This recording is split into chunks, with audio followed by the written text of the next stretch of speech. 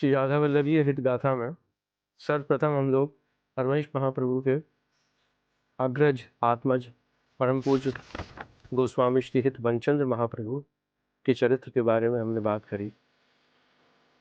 आज उनके लघु भ्राता परम पूज्य गोस्वामी श्री हित कृष्णचंद्र महाप्रभु के सुंदर चरित्र का वर्णन करने की चेष्टा करते हैं। आपका जन्म देवबंद में हुआ था।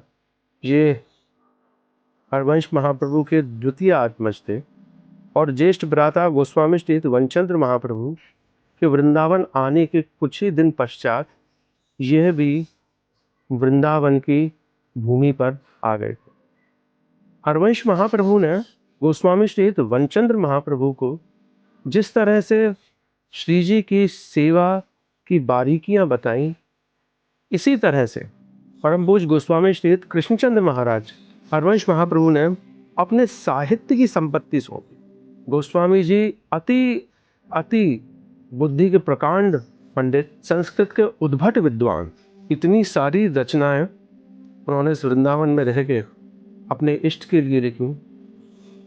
इनके द्वारा काफ़ी सारी पुस्तकें, काफ़ी सारी वाणी साहित्य का सृजन इन्होंने किया, पर कुछ इस समय पर जो उपलब्ध हैं। पहला ग्रंथ इन्होंने जो लिखा है श्री राधा उपसुधानिधि जी। हरवंश महाप्रभु ने श्री सुधानिधि जी में 270 श्लोक लिखे हैं।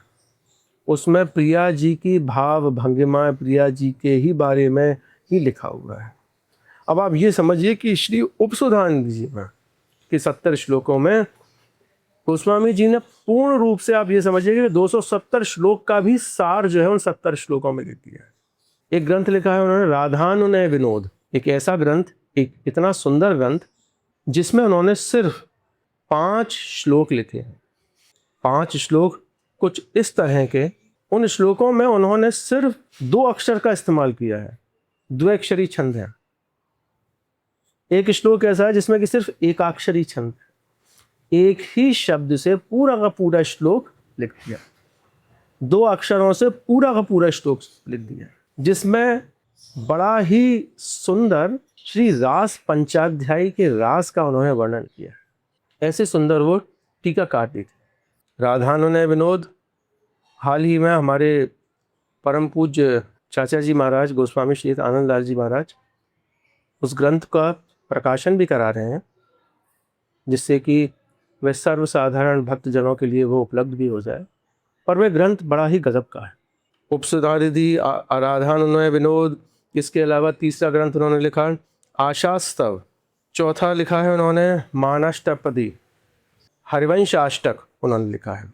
एक और बड़ा सुंदर ग्रंथ जिसका कि नाम मिलता है उनका कर्णानंद।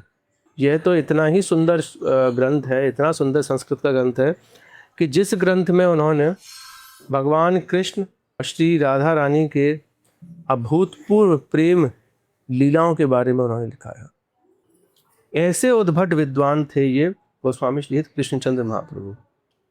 इनके जीवन की एक बड़ी अभूतपूर्व घटना है जो कि बड़ी ही सुंदर है। गोस्वामी जी धर्म के प्रचार के लिए उन्होंने पूरब की खूब यात्राएं करी हैं, गया तक, गया में बिहार तक, खूब सब जगह पर जो है इन्होंने श्री राधा नाम का प्रचार प्रसार किया है। आज भी कई ऐसे ऐसे भक्त हैं जो कि उसी समय से इस राधा वल्लभी परंपरा से जुड़े हुए हैं, बिहार की तरफ के।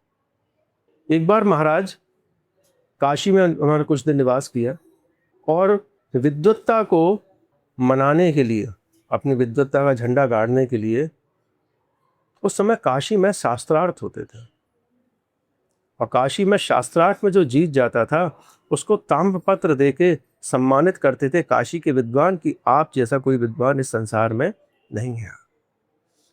गोस्वामी जी जिस समय पर काशी में प्रवास कर रहे थे, अपनी बात को सिद्ध करने के लिए, श्री राधा चरण प्रधानता को सिद्ध करने के लिए उन्होंने भी वहाँ के विद्वानों से शास्त्रार्थ किया, और ऐसा शास्त्रार्थ जिसमें कि वे जीते, और जीतने के पश्चात वहाँ के विद्वज्जनों ने उनको ताम्रपत्र भेंट किया कि आप की बात बिल्कुल सत्य है। इसको कहा जाता था पहले के समय पर कि आप काशी विजय करके आप इतने विद्वान। तो महाराज जब काशी विजय करके काशी से जैसे ही बाहर आ रहे थे तो वो एक डोला में विराजमान थे।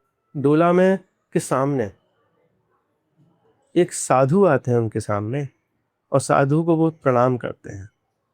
उन्होंने संत को प्रणाम किया और संत ने कहा, ये क्यों महाराज, मेरी काशी को आप 3 दिन के लिए लज्जित करके जा रहे हैं। अब विद्वानों की बातें कुछ इस तरह की होती थी कि वो सूत्रों में बात करते हैं। गोस्वामी जी उस बात को सुनते ही उन संत के सामने नतमस्तक हुए और कहा कि महाराज, मुझको आप अपना स्वरूप दिखलाइए, क्योंकि आप मेरी आयु को जानते। आपने बता दिया बात ही बातों में कि मेरी 3 दिन की आयु। तो जैसे ही उन्होंने विनय पूर्वक आग्रह किया, वहां पर देवादिदेव विश्वनाथ काशीनाथ जी प्रकट। श्री कृष्णचंद्र गोस्वामी जी ने अपने जो भी ताम्रपत्र थे उनके पास में, वे सब के सब उनके कमंडल में समर्पित रहते, और अपने कहारों से कहा कि मुझको 3 दिन में किसी भी तरह से आप वृंदावन पहुंचा के। महाराज डोला में बैठते हैं और अपने प्राणवायु का संधान करते हुए प्राणायाम की मुद्रा में बैठ जाती हैं।